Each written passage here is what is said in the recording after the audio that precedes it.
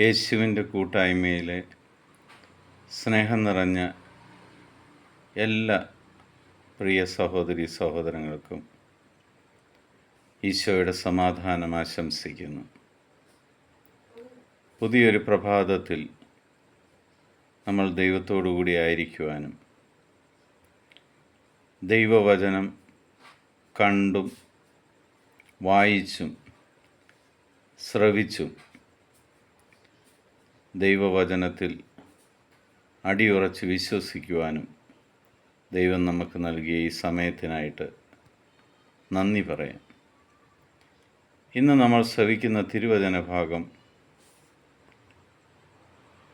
Ezekiel ദീർഘദർശിയുടെ പുസ്തകത്തിൽ നിന്നുള്ള വായന 36-ാം അധ്യായം 37-ാം അധ്യായം 4, 5, 6 തിരുവചനങ്ങൾ. അവിടുന്ന് എന്നോട് അരുളിച്ചെയ്തു, ഈ അസ്ഥികളോട് നീ പ്രവചിക്കുക. വരണ്ട അസ്ഥികളെ, കർത്താവിൻ്റെ വചനം ശ്രവിക്കുവിൻ എന്ന് അവയോട് പറയുക. ദൈവമായ കർത്താവ് ഈ അസ്ഥികളോട് അരുളിച്ചെയ്യുന്നു, ഇതാ ഞാൻ നിങ്ങളിൽ പ്രാണൻ നിവേശിപ്പിക്കും, നിങ്ങൾ ജീവിക്കും. ഞാൻ നിങ്ങളുടെ മേൽ ഞരമ്പുകൾ വച്ചു പിടിപ്പിക്കും, മാംസം വളർത്തുകയും ചർമ്മം പൊതിയുകയും നിങ്ങളിൽ പ്രാണൻ നിവേശിപ്പിക്കുകയും ചെയ്യും. നിങ്ങൾ ജീവിക്കും.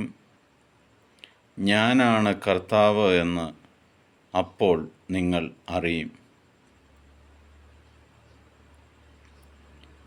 നിരാശയോടെ എൻ്റെ ജീവിതം ഇവിടം കൊണ്ട് തീരുകയാണ് എന്ന് മനസ്സിലാലോചിച്ച് ആത്മഹത്യയെക്കുറിച്ച് ചിന്തിക്കുന്ന ഏതൊരു വ്യക്തിക്കും ദൈവം ധൈര്യം കൊടുക്കുന്ന ഒരു വചനഭാഗമാണ് നമ്മൾ ഇപ്പോൾ കേട്ടത്.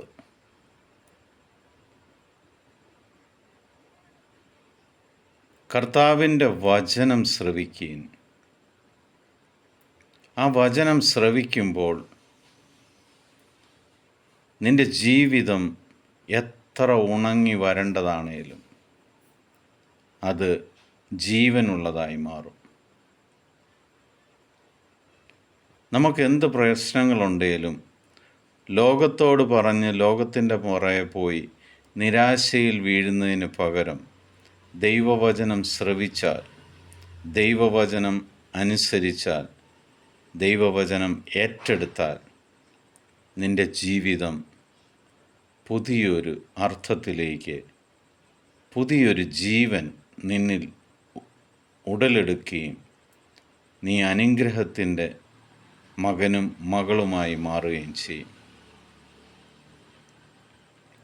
നിങ്ങൾ ജീവിക്കും എന്ന് ദൈവം അടിവരയിട്ട് പറയുകയാണ്, വാഗ്ദാനമാണ്. നീ വചനം ശ്രവിച്ചാൽ നീ ജീവിക്കും, നിന്നിൽ പ്രാണനുണ്ടാകും, ദൈവാത്മാവ് നിന്നിൽ വരും.